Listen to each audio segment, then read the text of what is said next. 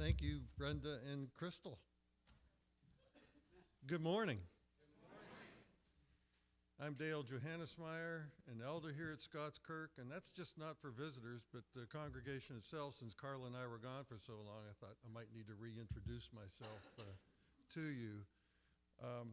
But on behalf of Pastor Jim Mitchell and the session of Scotts Kirk, I'd like to welcome all of you here in person and those watching online now, or maybe watching sometime later today or later this week. A hearty welcome to all. And you know, I kind of noticed something different. I mean, Brenda's tickling the keys up here. Doesn't seem that's different, but you notice something different up here?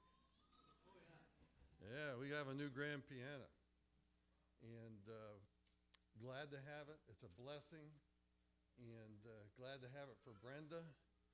And we're planning here in the near future, hopefully to have Brenda's brother, Bob Glick, come here and actually show the full range of what this instrument can actually do. And so that is something that will be coming up in the near future that we're trying to plan. But it is special to have such a wonderful instrument here to help us glorify God in all we do. I suggest you all read the announcements in the bulletin after the worship service. I would like to highlight one, and that has to do with the upcoming missionary presentation by Sheila Osborne with World Witness. She'll be with us on May 21st after worship service. She'll have a presentation, and we'll have a congregational lunch.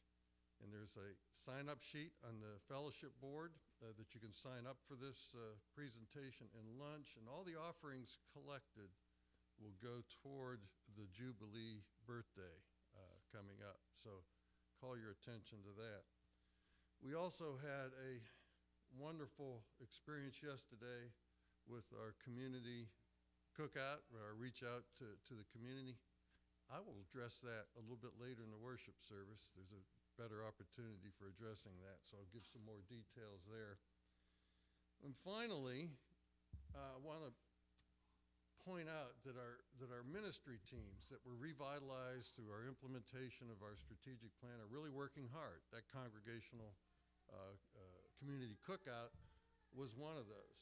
The piano is another. Our ministry teams are working hard.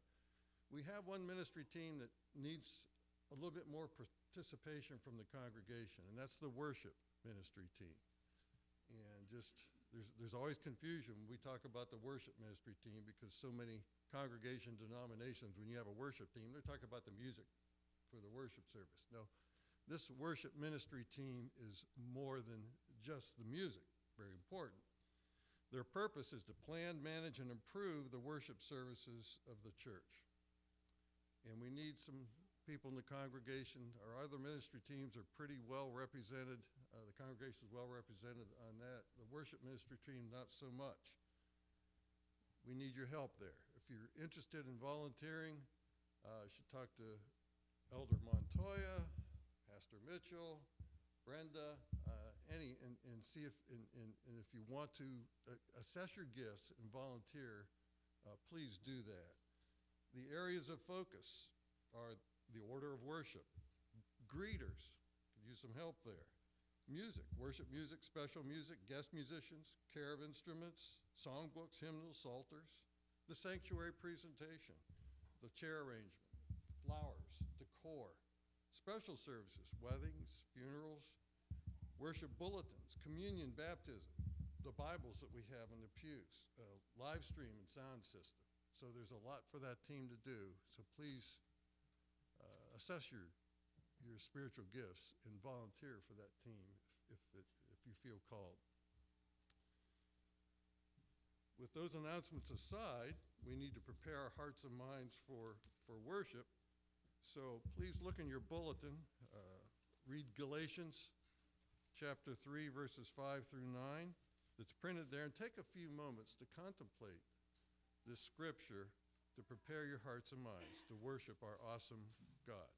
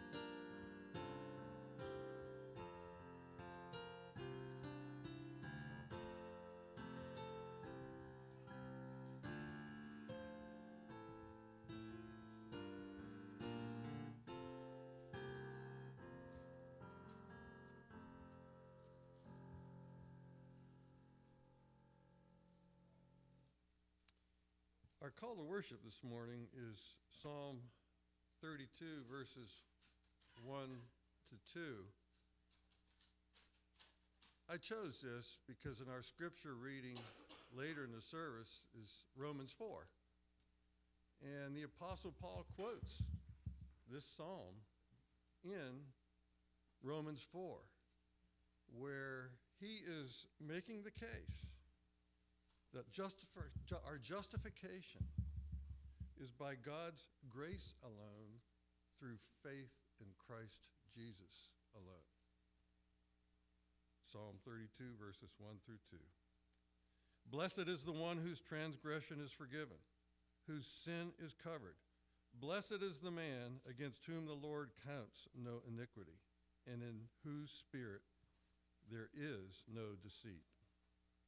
So with these verses in mind, let's begin our worship service by standing and singing a hymn of praise to God, Trinity Hymnal number 455, And Can It Be That I Should Gain?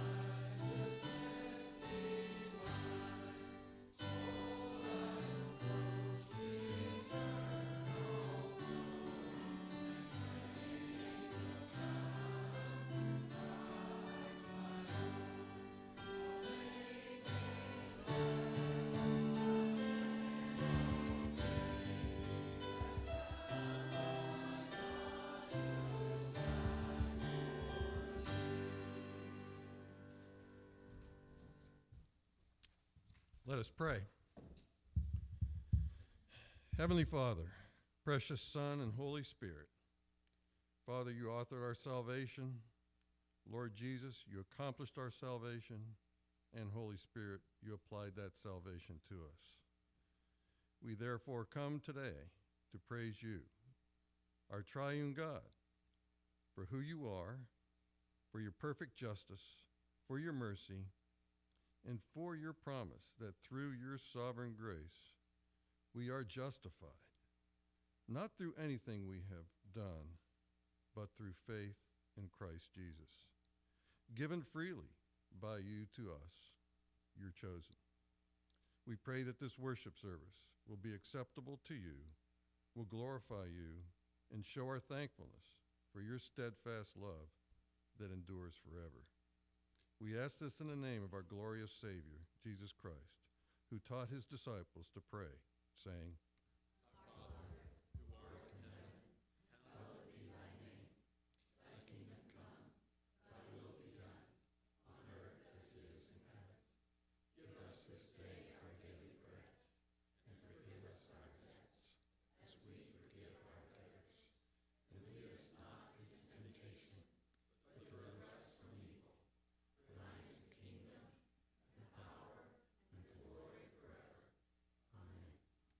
please be seated.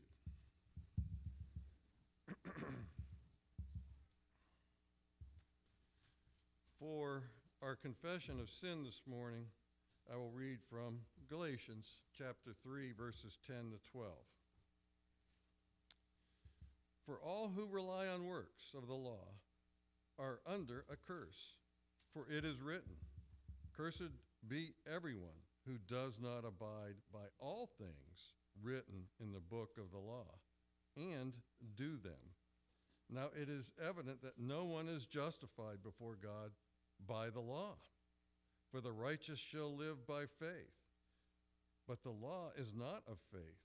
Rather, the one who does them shall live by them."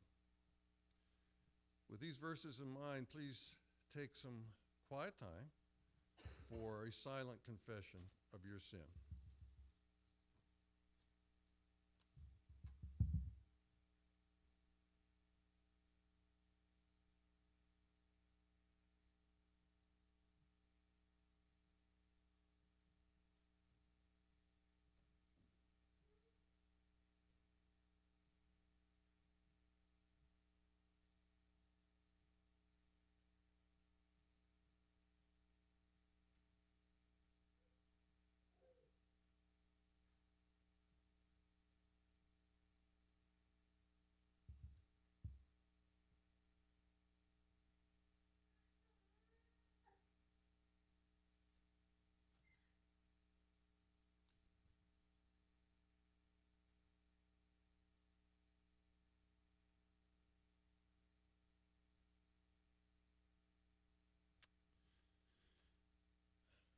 For our assurance of pardon, I will read further Galatians chapter 3, verses 13, 14.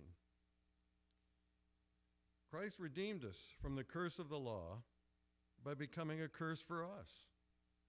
For it is written, "Cursed is everyone who is hanged on a tree," so that in Christ Jesus the blessing of Abraham might come to the Gentiles, so that we might receive the promised Spirit through faith.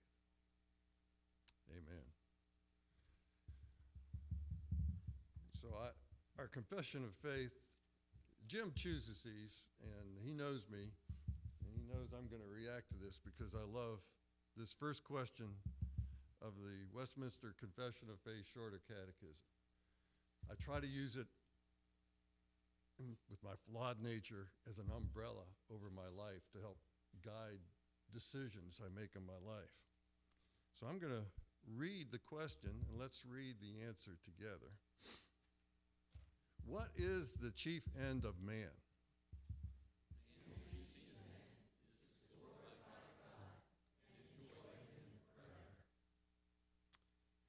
So all the Westminster Confession of Faith and the catechisms are based on Scripture. They're not Scripture, but they're based on Scripture. And this particular question is in part based on 1 Corinthians chapter 10, verse 31.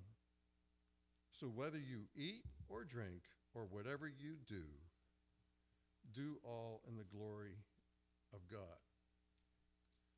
So as I thought about yesterday in our community cookout and what happened there was, in my mind also, some secular thought as to what would make that a success, right? Well, a lot of people would show up. Well, a lot of people did show up. But you know what? That's not really what glorified God. What glorified God were the team, and it wouldn't have happened without Barbara Kempton. The team had this idea, a ministry team, doing it what they're called to do in this congregation, came up with the idea, presenting it to a difficult group of people, our session, and the session approved it, and this team made it happen. This team glorified God by obeying God, by going forth and working together as Christians to make it happen. That is the epitome of the answer to the first question of the Westminster Confession of Faith Shorter Catechism. It was a great day out there. God was glorified, and yes, through his will, people did show up, and that was great too. Better things even next year, I expect, with the second annual community cookout. Thank you, team, Barbara and the team. So, for our children's sermon, we're going to ask Pastor, well, you do have a pastor in the family, right? You have lots of them. Elder Joel Reed to come forward. Yeah. Children, please come forth, and Elder Joel Reed will lead in the children's sermon.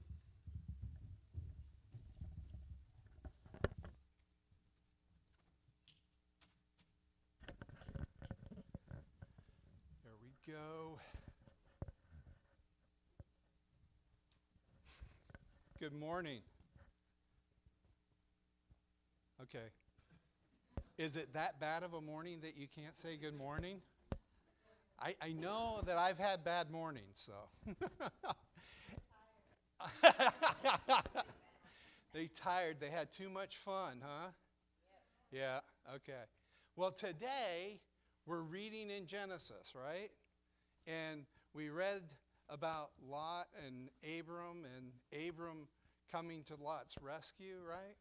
Well, today we're going to talk about a time when God sent his word to Abram.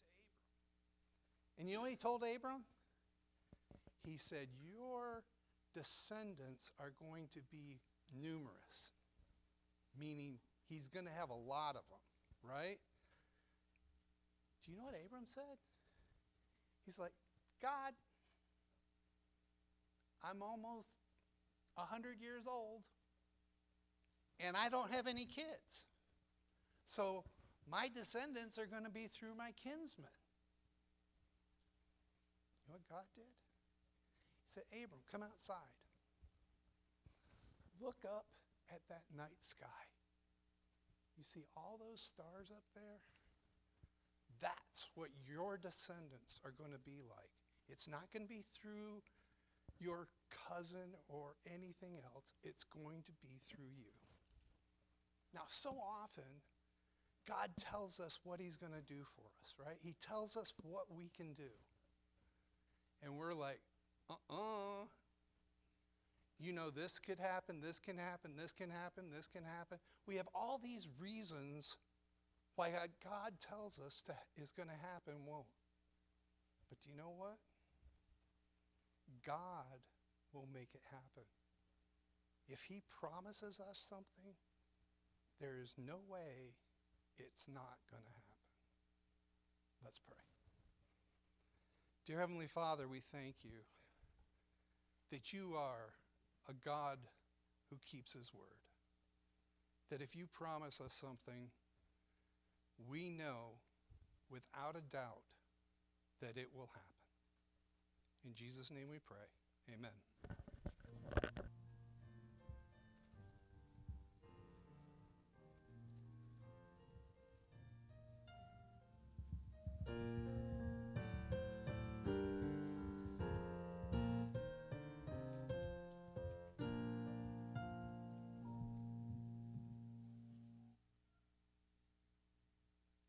Thank you, Joel. And you know, my simple mind sometimes understand your children's sermon better than Jim's wonderful expository preaching. Thank you. As I said earlier, our scripture reading this morning is Romans chapter 4. This is Paul's epistle to the Romans. It's been called his magnum opus.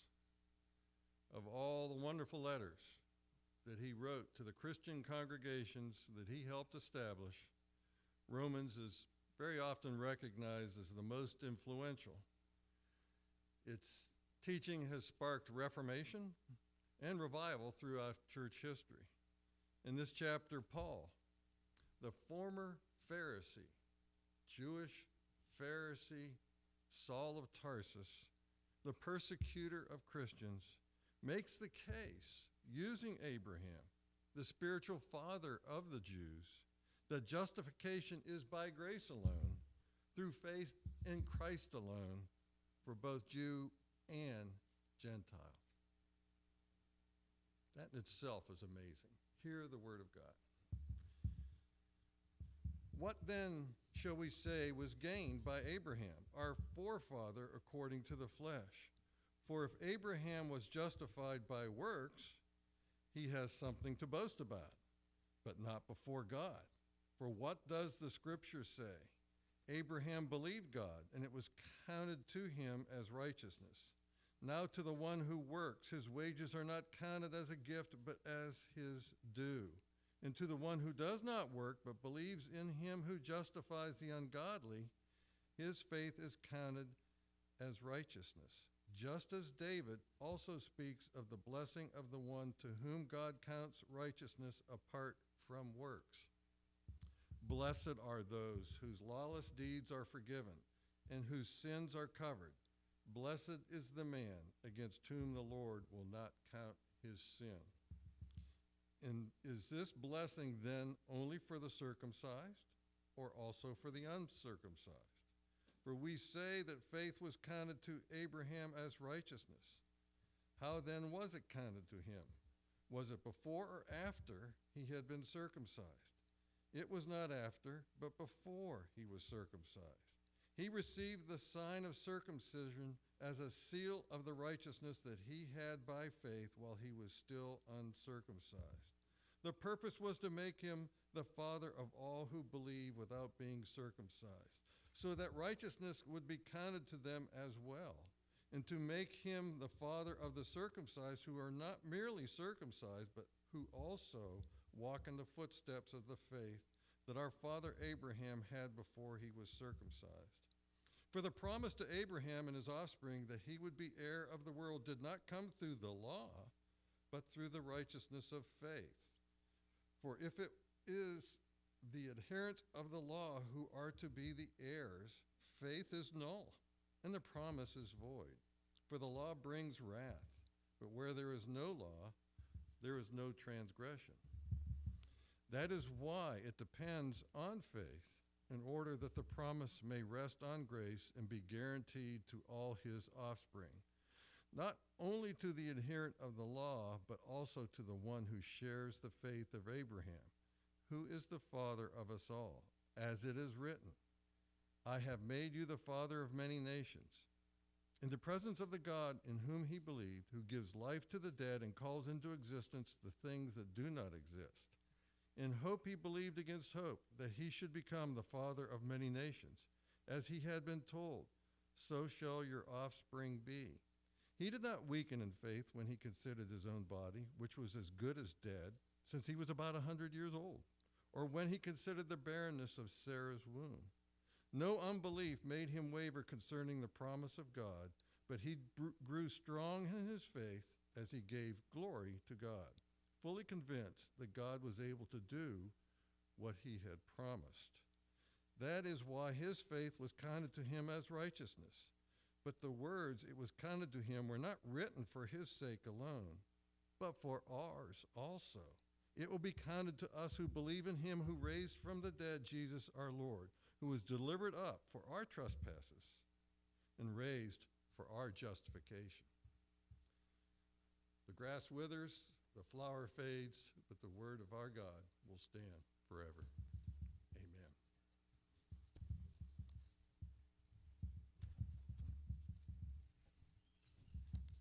And let us go to our gracious God in prayer. Oh, Father, Son, and Holy Spirit, you are the great I am, the one who has always been and who is and who forever will be. So we come to you humbly today in the name of the Lord Jesus Christ, knowing that he is the one mediator between God and man, that we have nothing in ourselves to offer, but his blood and righteousness covers us, is our justification. And we are adopted as brothers, sisters in the faith because of his finished work. We are able to worship and fellowship in him. And Lord, we pray that that love that you have shown to us so generously would overflow to those in the world that have not yet trusted in Christ, that they too may come, who are your sheep, and be brought to faith, sanctified in the truth, and glorified with your people for all ages in the new heavens and the new earth, to which we await the resurrection of the dead and that future land and rest which is to come. We do pray that you would give us a foretaste of that rest today on this Sabbath, this day which you have set aside for worship and rest. Father, bless those who struggle in this congregation with any material concerns. For those who hurt from chronic pain, we pray, Lord, that you would bless Vincent Pace. Father, give him comfort.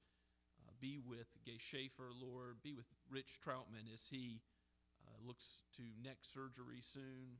Lord, continue to give Sherry Cleveringa healing. We ask that you would be with Elder Dale Johannesmeyer, Lord, with his shoulder and leg. We think of all these things knowing that you are good and you care for us. We can cast any concern before you. But Lord, along with these material concerns, we think of those souls in your care here at Scotts Kirk, and we lift up those spiritual concerns, struggles with worry, fears, anxieties. Lord, we do pray that you would sanctify your people in the truth. Prepare us for fellowship with you forever, even now. May your name be glorified through this instrument that you have brought about to be placed in the sanctuary beginning this Lord's Day, Father. So may it serve your glory for many years to come. We know that our purpose here on earth is not to glorify ourselves, to seek our own name being furthered, but to seek the furtherance of your name, your fame on the earth. So, Lord, may it be through the youth of this church, through the community cookout and its fruit. Lord, we pray that it would be through our families, through the marriages of this congregation. Father, bless your people and let your people be a blessing to others as the covenant promises of your word are transmitted from one generation to another. Bless the women's ministry of this church and the Jubilee birthday ladies. We pray for Sheila Osborne as she comes to speak with us about short-term missions, and we continue to ask, Lord, that you would open doors for short-term missions to go forward, both with adults and youth in this church, and that you would raise up, if you see fit, even missionaries from our own number. We pray, Father, with thanksgiving for those leaders that you have given Scotts Kirk, for the elders and deacons you've called, for the ministry teams and their leaders. We ask, Lord, your blessing on all, and pray for future days, knowing that you are raising up future leaders even now, and pray for your wisdom and discernment to be given to your body, for you to equip and to call those to leadership that you would see fit to deliver, again, this message that you have so generously bequeathed in the 66 books of Scripture to us, so that we would not keep it to ourselves, but the benefits would go to covenant children of the next generation, that they would go to our neighbors who have not yet heard the gospel. Give us hearts of hospitality and love that would overflow, and your gospel would go forward here in Somerville and to all the nations. We do thank you for all those churches that preach the gospel in our city. We know we are partners in the gospel with them, And we pray also for them. We pray for Shem Creek and our brothers and sisters in Mount Pleasant. Lord, we pray for our intern Dallas as he will be away for a couple of months this summer to be about an internship in Mount Pleasant as well. And thank you, Lord, for how you've blessed him as an intern here. We give you praise, Father, for your congregation as it extends to the ends of the earth, and people from every nation, tongue, and tribe are worshiping you today.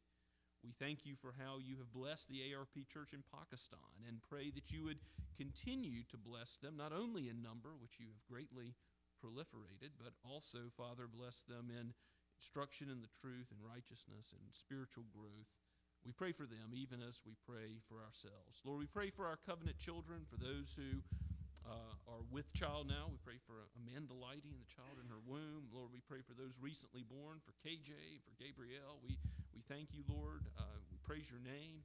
We give you praise, Lord, for Harvey, and be with Alyssa and John. We ask all these things knowing that you are good and that you care for us. Lord, be with our graduates, and as they go into the next stage of life, we pray for Sierra and Stephen and Emmy and Brandon. We ask, Father, that you would bless them and bless those who continue in school, that they would do all for your glory. We know that you are the God who, of all the earth, the sovereign of sovereigns, Lord of lords. So we do pray that you would bring peace all the more in our time. Protect us from catastrophic war. Protect us from evil decisions of leaders. Lord, give wisdom to those who reign.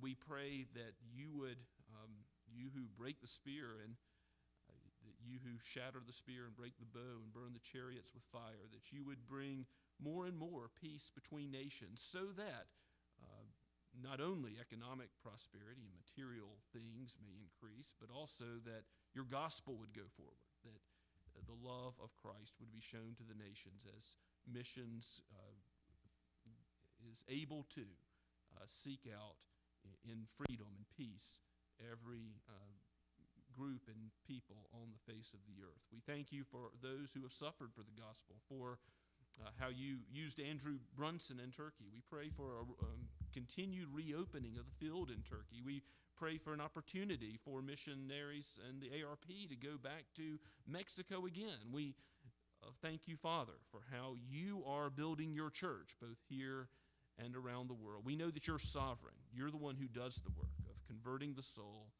of sanctifying your people, of ultimately glorifying us, all because your promises are absolutely certain. We thank you in the name of Christ, our Savior and our King. Amen. Let us praise the Lord as we continue worshiping now from the Blue Book, number 35, God of Grace. Let's stand as we sing.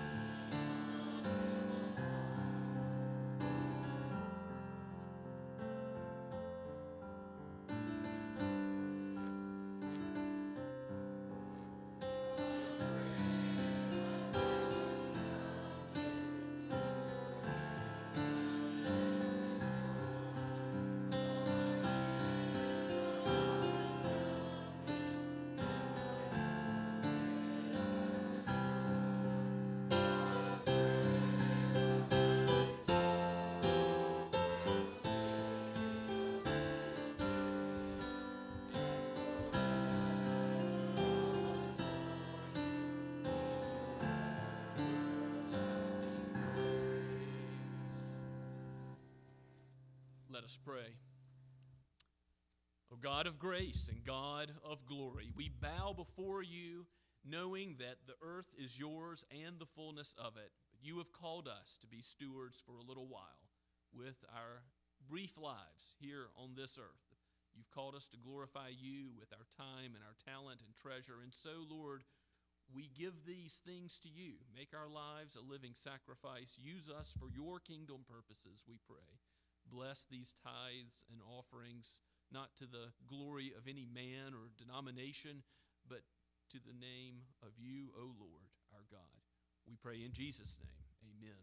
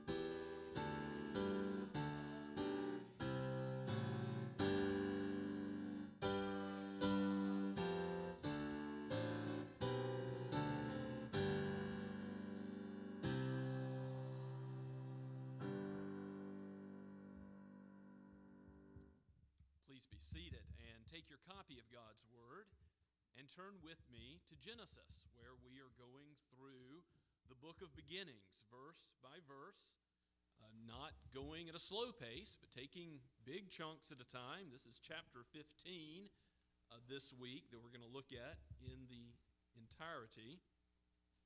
But even as we look at chapter 15 in its entirety, it occurs to me that verses like verse 6 could be a sermon all to themselves, possibly the Apostle Paul's favorite verse as he extensively quotes it in Galatians chapter 3 and Romans chapter 4, talking about how we're justified by faith in Christ. This is an important chapter, as God's promises that he's made to Abram are now going to be solidified in a covenant cut. And we'll talk about that and what it means and the strange ceremony that we'll see enacted. Let's give our attention to God's holy word, penned by Moses and breathed out by the Holy Spirit for each of us today. This is God's word. Again, Genesis 15, verse 1.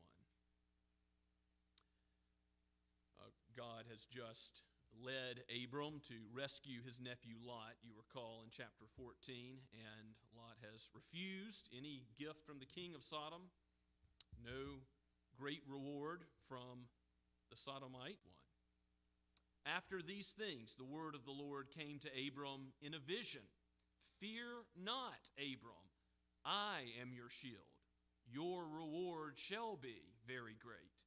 But Abram said, O Lord God, what will you give me, for I continue childless, and the heir of my house is Eleazar of Damascus?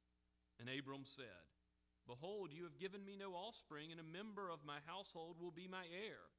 And behold, the word of the Lord came to him. This man shall not be your heir. Your very own son shall be your heir. And he brought him outside and said, Look toward heaven and number the stars, if you are able to number them. Then he said to him, So shall your offspring be. And he believed the Lord, and he counted it to him as righteousness. And he said to him, I am the Lord who brought you out of Ur of the the Chaldeans to give you this land to possess? But he said, O Lord God, how am I to know that I shall possess it? He said to him, Bring me a heifer, 3 years old, a female goat, 3 years old, a ram, 3 years old, a turtle dove, and a young pigeon. And he brought him all these, cut them in half, and laid each half over against the other. But he did not cut the birds in half. And when birds of prey came down on the carcasses, Abram drove them away. As the sun was going down, a deep sleep fell on Abram, and behold, a dreadful and great darkness fell upon him. Then the Lord said to Abram, Know for certain that your offspring will be sojourners in a land that is not theirs, and will be servants there, and they will be afflicted for 400 years. But I will bring judgment on the nation they serve, and afterward they shall come out with great possessions. As for yourself, you shall go to your fathers in peace. You shall be buried in a good old age. And they shall come back here in the 4th generation, for the iniquity of the Amorites is not yet complete. When the sun had gone down, and it was dark, behold, a smoking firepot and a flaming torch passed between these pieces.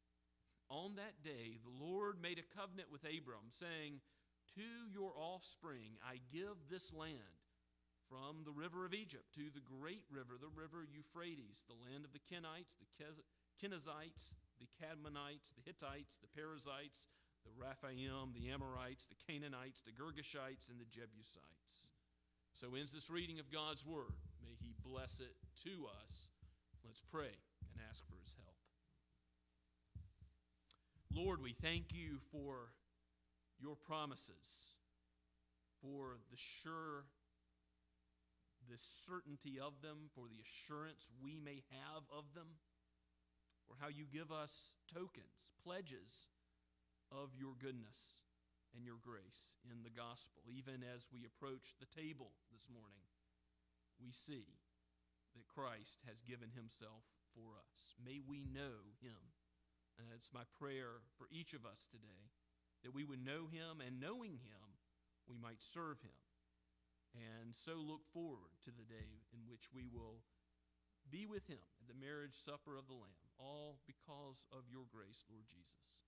For we pray it in Your holy name. Amen. So Abram has just gone on a daring, courageous raid, rescued Lot from Chedorlaomer and these other 3 kings. In the night, he attacked, got Lot back. And then after such a courageous act, we're here in chapter 15 where the first thing the Lord comes to Abram and says in a vision is those famous words in Scripture that are repeated many times. Fear not. Why is Abram afraid? Well, we don't know. The text doesn't tell us. But maybe he's thinking Chedorlaomer and those other rulers, they're powerful, they're mighty. You know, Abram was able to raid at night and get Lot back, but what if they would come for revenge? He followed and acted God in a way that was faithful and showed his trust in God's provision to protect his life, but now perhaps that faith has wavered for a moment. Remember, Abram's righteousness, his faithfulness, is that which God has built up and given him. He was an idolater in Ur. We see that repeated again in verse 7. I am the Lord your God. I am Yahweh who brought you out of Ur of the Chaldeans to give you this land to possess it. God is stating who He is and how He's reminding Abram who he used to be and who he now is in the gospel, just as later with the Israelites in giving the 10 Commandments on Sinai. God will say, I'm the Lord your God. I'm Yahweh who brought you out of the land of Egypt. And we even see a little bit of that foreshadowed, how God's people will be afflicted in Egypt, and how, as they look back on this text, they're going to be encouraged that there will be an end to those days. And by the way, as we look at this text together, we should remember not only the original audience of Abram himself and those in his day, but the original reading audience or the original hearing audience, those hearing the word of Moses which given at the time when the Israelites were afflicted by the Egyptians and then later delivered from that affliction, they would pay careful attention to those ending portions where God is promising to bring them through those afflictions. And of course, we indeed see in the Exodus how God does just that. With Abram being told not to fear, God is called his shield, his very great reward in verse 1. Certainly, the solution to Abram's fear is knowing that God and his promises, his word is sure. And this statement about God, his attributes, his character, summarizing who he is as a shield, is something that's done throughout Scripture. The Psalms do it many times, the Proverbs as well. I think of Proverbs 35, the Lord is a shield to those who trust in him and his flawless word. God is going to protect Abram not only from the potential revenge, but he's also going to give him his very own offspring, as he's already promised. Remember in chapters earlier, in chapters 12 and 13, we saw how Abram was promised by God that he would inherit a great offspring and land.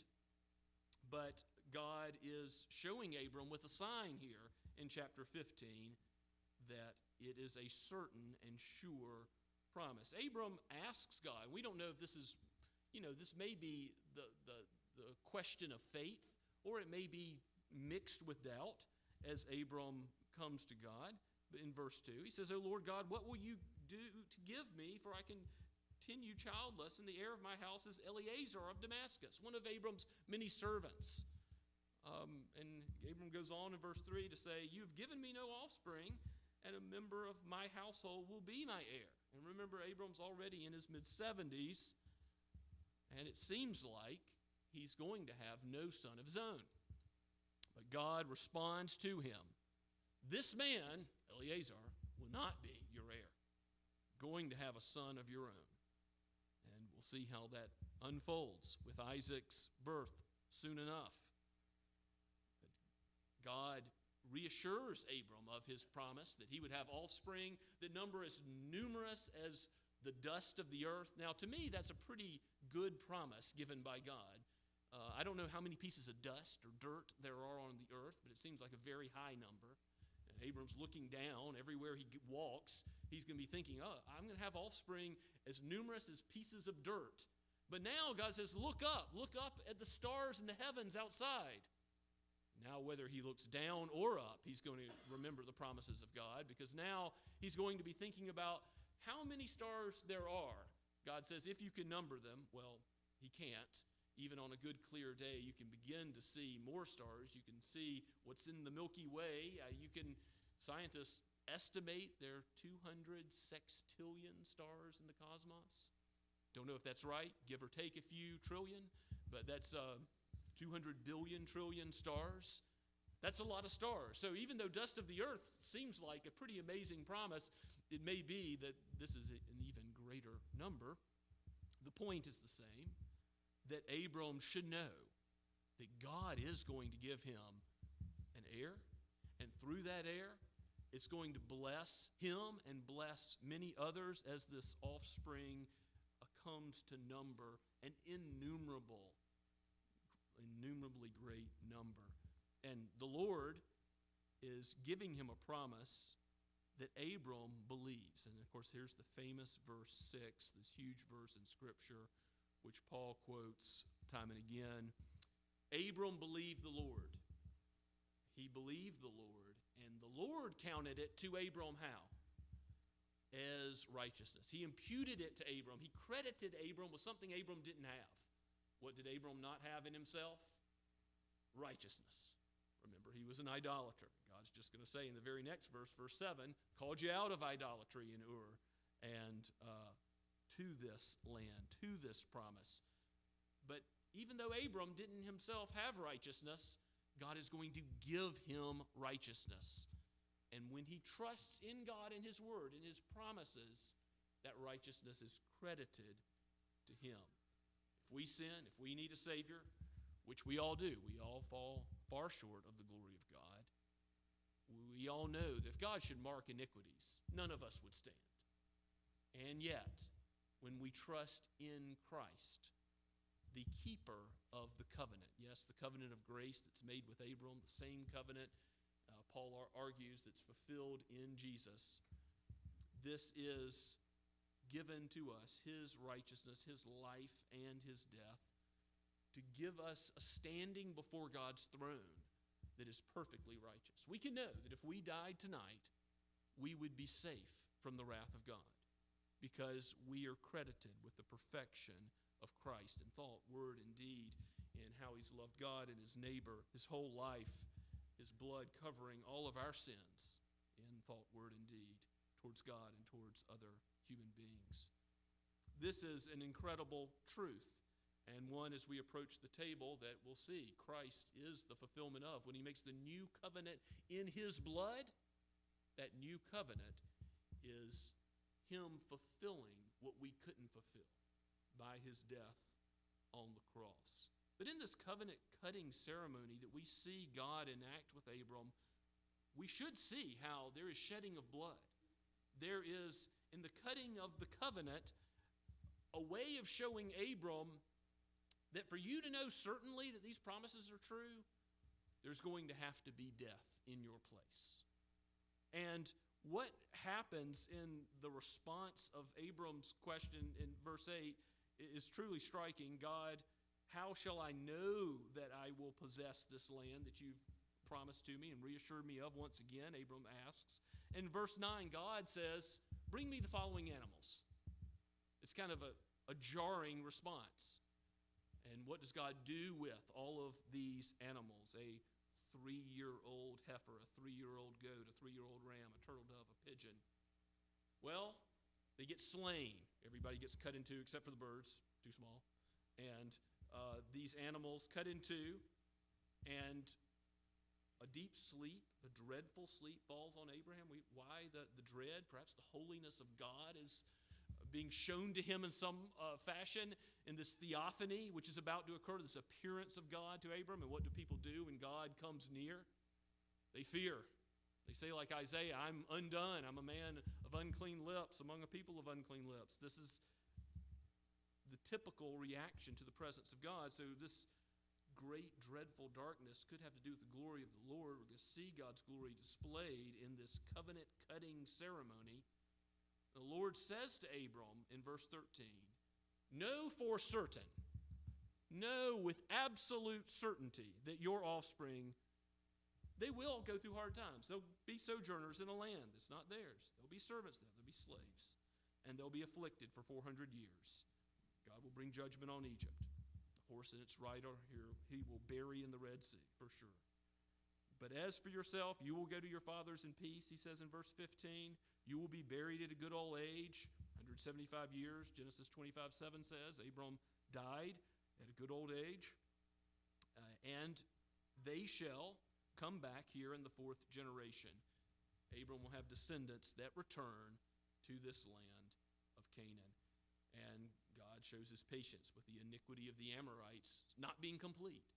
In other words, they're going to be judged for more if they refuse the goodness of God in that patience in the period of their iniquity not yet being complete. And here's where the covenant cutting begins in verse 17. When the sun had gone down and it was dark, there are 2 flaming things.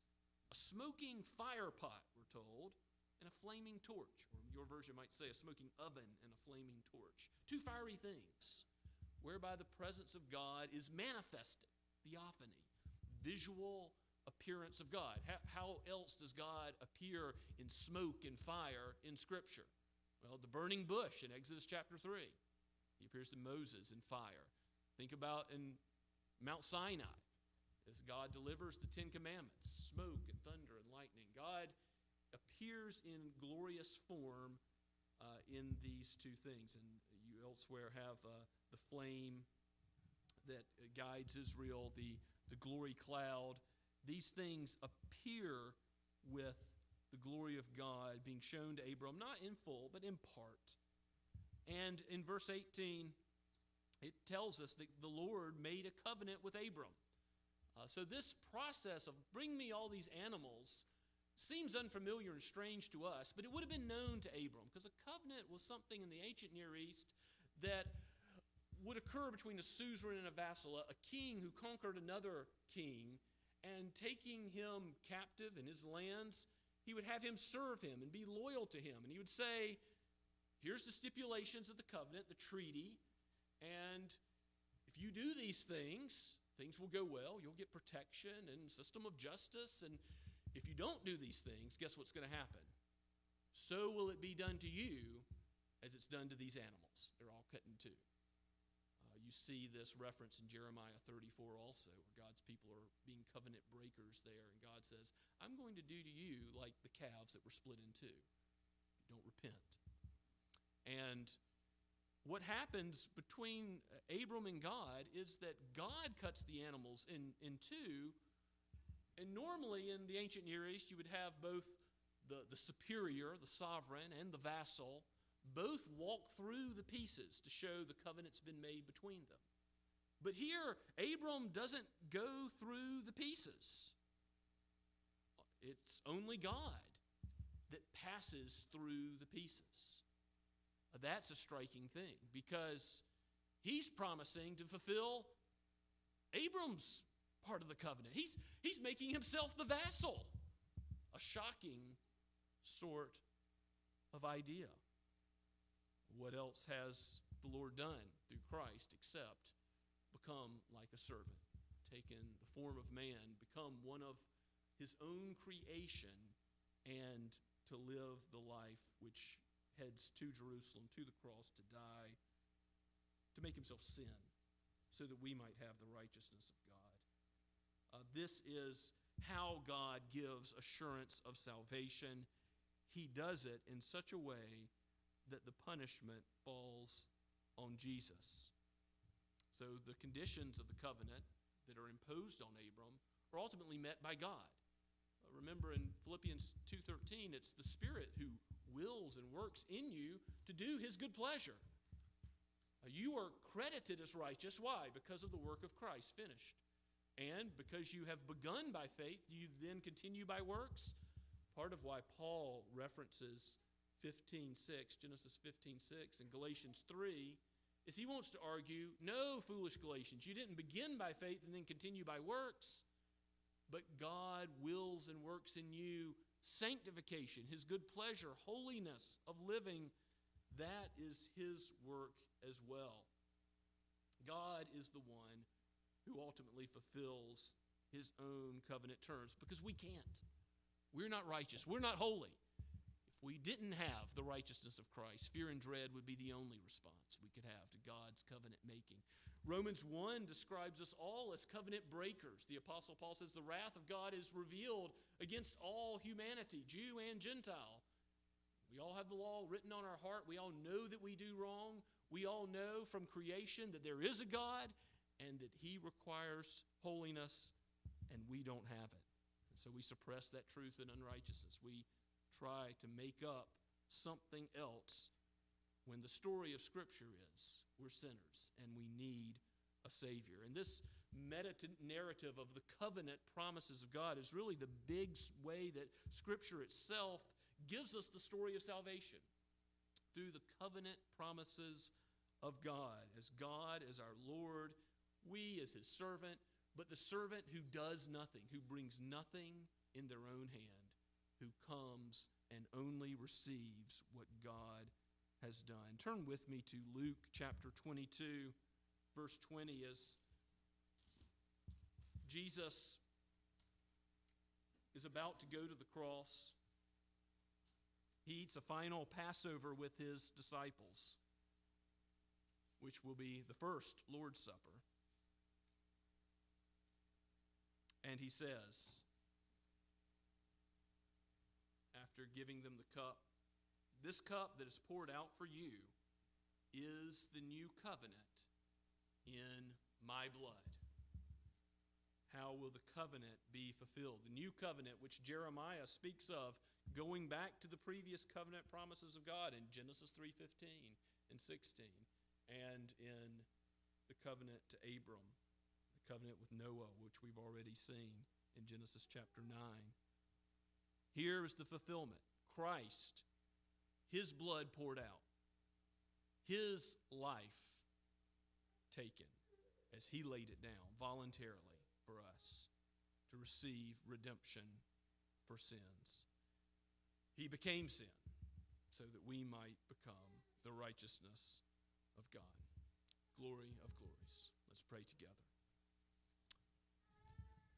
Father in heaven, we thank you that though we are wayward sheep, you have given us promises which we can know are sure, that we can know with certainty are true, because you as eternal God have swore on your own life, which can never be taken away and which must always exist, that you will do it. We praise you and thank you as the great I am for providing, condescending to us, assurance that you love us, though we sin, though we stray.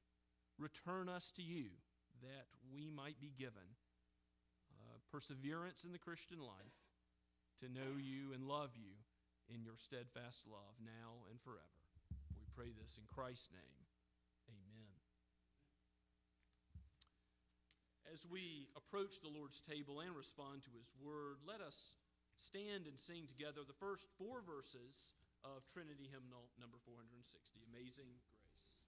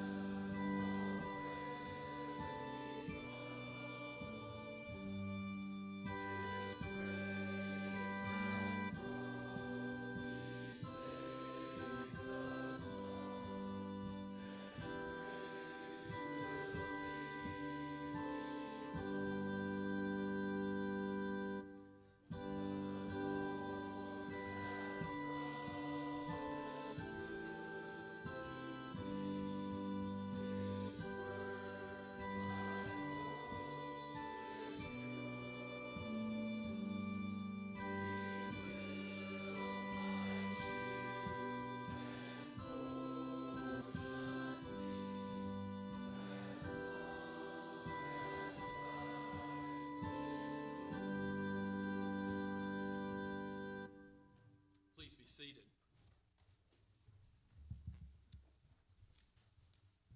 As we come to the Lord's table, I remind you, as I always do, that this is not the table of Scott's Kirk Presbyterian or the Associate Reformed ARP Church, but this is the table of the Lord, which Jesus has taught us to do until he comes again. So if you are a member of the Church of Jesus Christ, you are a member in good standing at a Bible-believing, Christ-worshiping, and exalting church, please take the sacrament with us.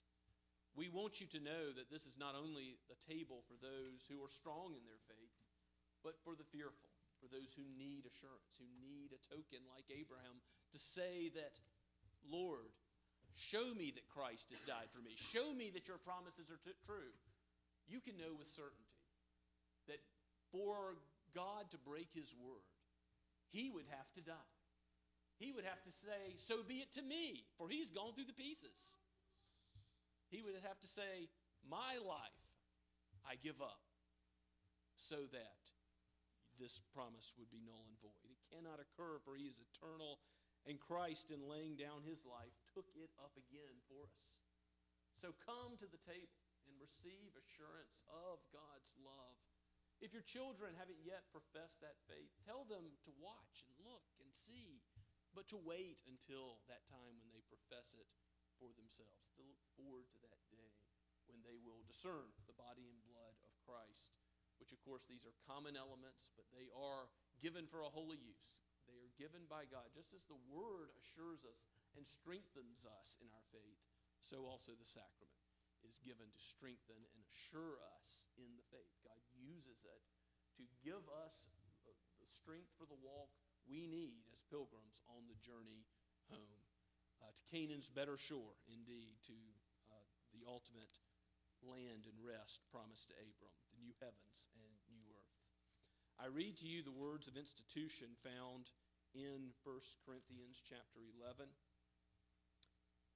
God writes through the Apostle Paul, "For I received from the Lord what I also delivered to you, that the Lord Jesus on the night when he was betrayed took bread, and when he had given thanks, he broke it and said, 'This is my body, which is for you. Do this in remembrance of me.' And in the same way, he took the cup after supper, saying, 'This covenant is the new covenant in my blood. This cup is the new covenant in my blood. Do this as often as you drink it in remembrance of me. For as often as you eat this bread and drink the cup, you proclaim the Lord's death until he comes.'" Let's pray together.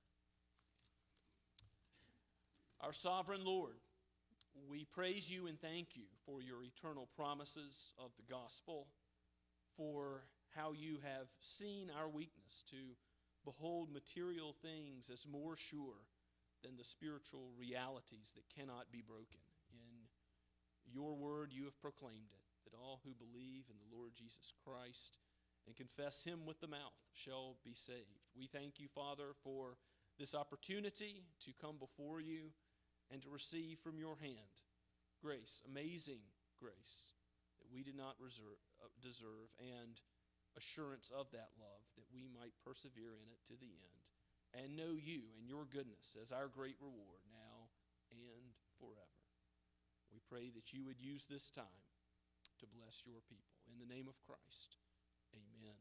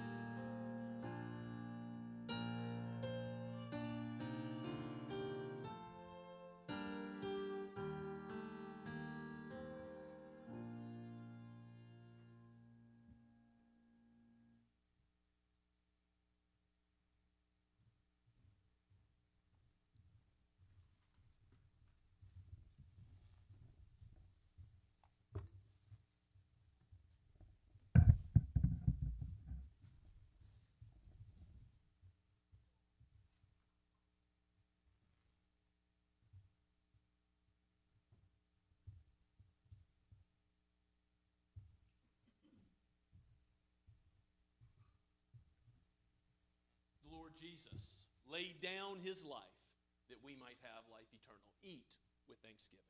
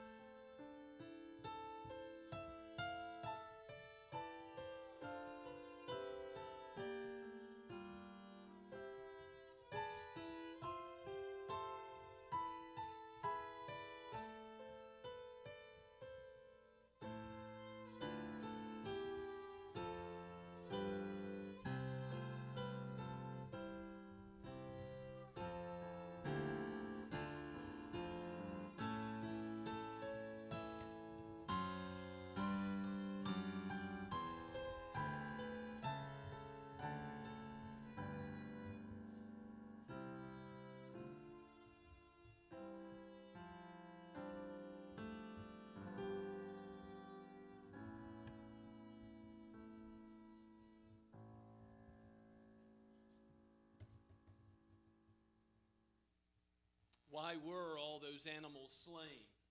Looking forward to the sacrificial system, certainly, but looking forward ultimately to the Lamb of God slain, the high priest who laid down himself as our great sacrifice for sin, so that we might be counted as righteous. Drink with thanksgiving for this blessing.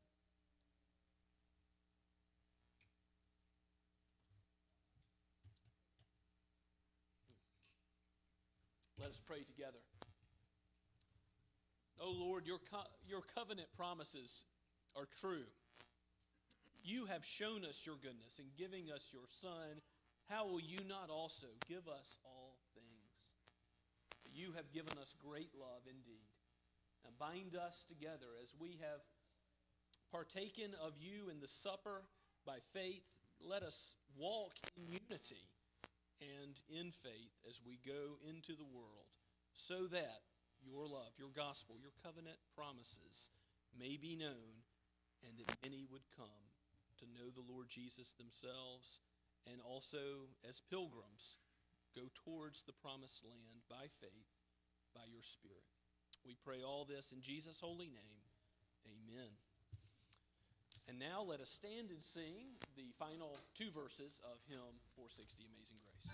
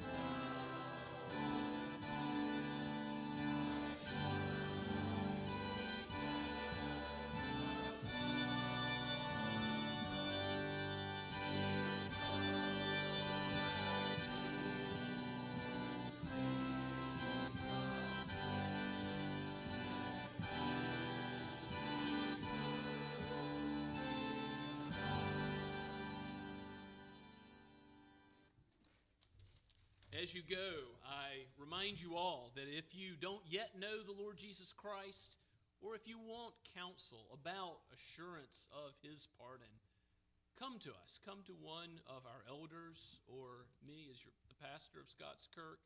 We would love nothing more than to discuss this further with you. Now go with the blessing of the Lord Jesus himself. May the God of peace, who brought again from the dead our Lord Jesus, the great shepherd of the sheep, by the blood of the eternal covenant, equip you with everything good that you may do his will, working in us that which is pleasing in his sight, through Jesus Christ, to whom be glory forever and ever.